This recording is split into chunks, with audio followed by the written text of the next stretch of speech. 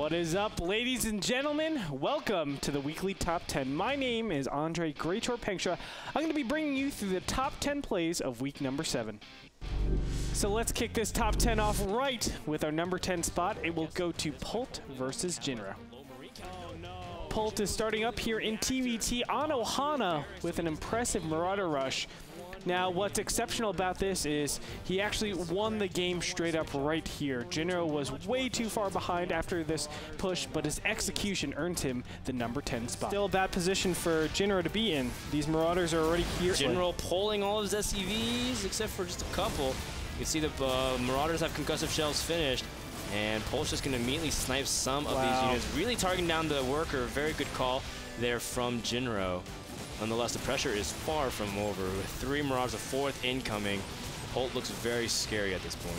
And now SCVs are being pulled again, but with no substance around here. He needs additional Hellions, too. Don't get me wrong. Hellions are bad but against Marauder straight up, but you still need that DPS and that HP.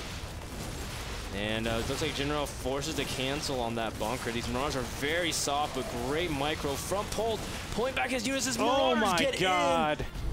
And at number 9, we have Alicia versus Lowly. Now, just before this, Lowly actually sniped the Cybernetics core, killing off the Warp Gate.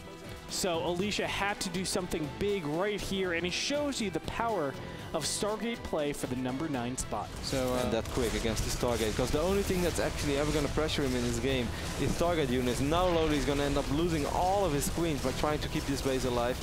He's going to try to get a Spore Crawler over here, but Spore Crawler is going to die. Spore harder and harder for Lowly right now. He is researching melee.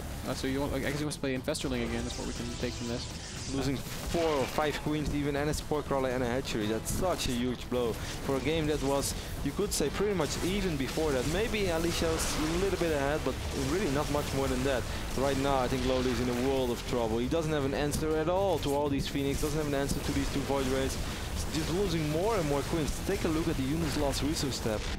Kicking on over to number 8, we have Hero versus DeMuslim. In the most anticipated match of NASL history, DeMuslim will 3 racks. But what's important about this, he showed Gas's fast expansion the last 2 games. Mind tricking his opponent is going to earn DeMuslim the number 8 spot. One goes down almost immediately, so it's 1 cannon and probes. More Marines streaming in. It's going to be so close, but there's still a lot of SCVs. They can deal damage to this cannon too. But it doesn't matter. All comes down to this. Hero can pull probes 1 final time. It's 29 supply to 25. Marines doing big damage. One Stalker is so low on HP. Oh, needs to be microed perfectly. Pylon's gonna fall. That means no more units. Now you can just, I can almost feel from Arizona to Los Angeles, man, how happy the Muslim is right now. And at number 7, we have TT1 versus HatePro. And HatePro is looking to do a ton of damage with this Baneling Zergling push. Zerglings even can squeeze by on the top there and take out all of TT1's units. And with nothing in sight, TT1 looks to be tapping out. However, he comes back with a great comeback, and he will take the number 7 spot with this week's top 10. Zealots. Now his Zealots do have +1, which helped. Oh, no. Even though HatePro's had just such a big advantage. And here we go. Oh my gosh, there's actually nothing to deal with the Colossus.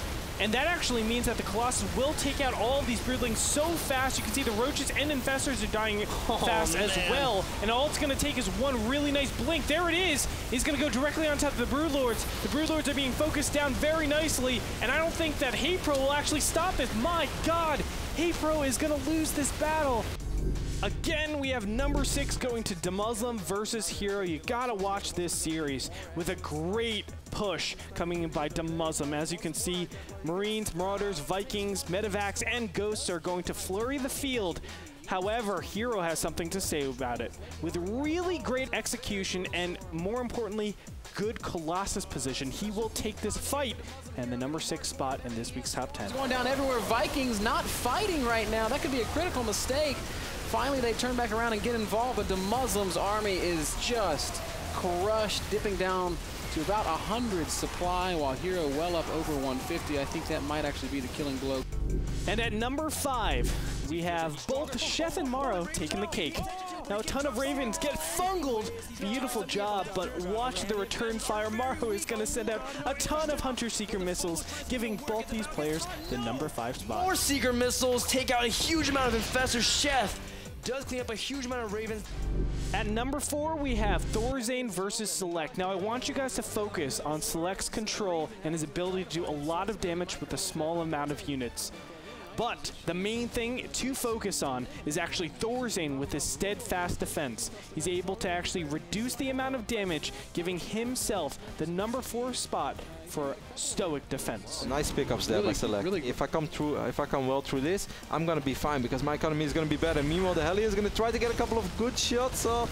Select just keeps microing his matter of fact he's really well. controlling so well, but the Hellions are very low on health. Select's gonna need one more pickup. Finally loses a Hellion.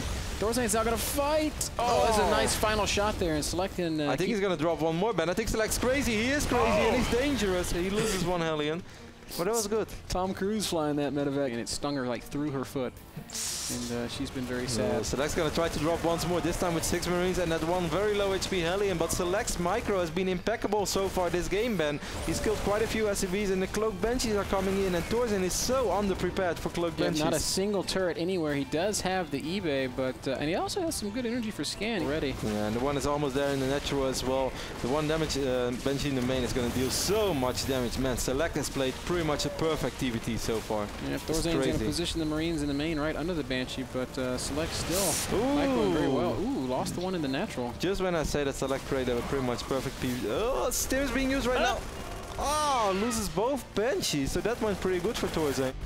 And at number 3, we have Stefano versus Hwangson, and this is something that every Zerg fears, the Thor Immortal push. Normally, you don't go roaches against this composition, but what does Stefano do? He just makes more. With the number 3 spot going to roaches, Stefano is going to execute to perfection. Hwangson not going to have any of it. He doesn't have any more force shields left, and here comes the huge surround with the roaches. Beautiful. Hwangson, does he have enough to hold it off? The Immortals dropping incredibly quickly, and with the sentries have nothing left to protect. Hwangson blinks upwards, but is he going to be able to hold off anything? He doesn't have enough army, and with the Stalkers dropping, so is hopes to stay in this game. And at number 2, we have Idra versus Cats. And Cats is going to do a really cute move here, putting in Zerglings into the main of Idra's base, forcing a lot of tension over here when the real battle is with Infested Terrans. Infested Terrans galore, taking out everything in its path and this 3rd base. You're going to see an excellent defense by Infested Terrans with the number 2 spot going to Cats. 60 supply. More roaches are on the way for Cats. But the drones are all going to get away. Here we do see exactly what you tried to say there earlier, Ben. All those Infested Terrans blocking the path of those Ultralisks so far. But there's so many Ultras, and they're very, very well upgraded. Cat's going to come down with everything that he has, but all he has is Infested Terrans. But it's going to be enough, I think, as Idra does crush his way forward. And at number 1, we have Mana versus Gonzi on Antigua Shipyard. Look at this, the most lopsided battle you've seen. It is, of course, medevacs getting cleaned up by Mana, even blinking forward, taking out the remaining medevacs. So what do you do normally when this is the position? You push and try to end the game. Well, Gonzi has something to say about that. He actually evacuates all of his SCVs, puts all of his units up into the ramp while counter-dropping. Puts Mana in the most uncomfortable position, and it actually forces him to push forward. But with great defense, Gonzi is going to take the number 1 spot in this week's top 10. His ghosts out for EMPs. He has his Ghost Academy finished, but it's at the natural and doesn't really have time to buy. The Tide Templars are ready to storm whenever he can. Gonzi bunching up at the ramp, has to be extremely cautious. If for some reason Mana's able to get a force field down, instantaneous storm, but the drop in the main still doing incredible amounts of damage as Gonzi is cleaning up a lot of production abilities. Mana knows the time is taking a storm on the units at the top of the ramp. The Zell is trying to get into the engagement as well. Ooh. Storm's pushing back the units, and Gonzi's still holding very nicely. The Storms are not connecting. Mana's missing them, and he's running his units straight up the ramp, trying to deal with anything. Oh my gosh. Gonzi is able to... All right, ladies and gentlemen, that's going to do it for this week's edition of the Weekly Top 10. Back to you guys at the live broadcast.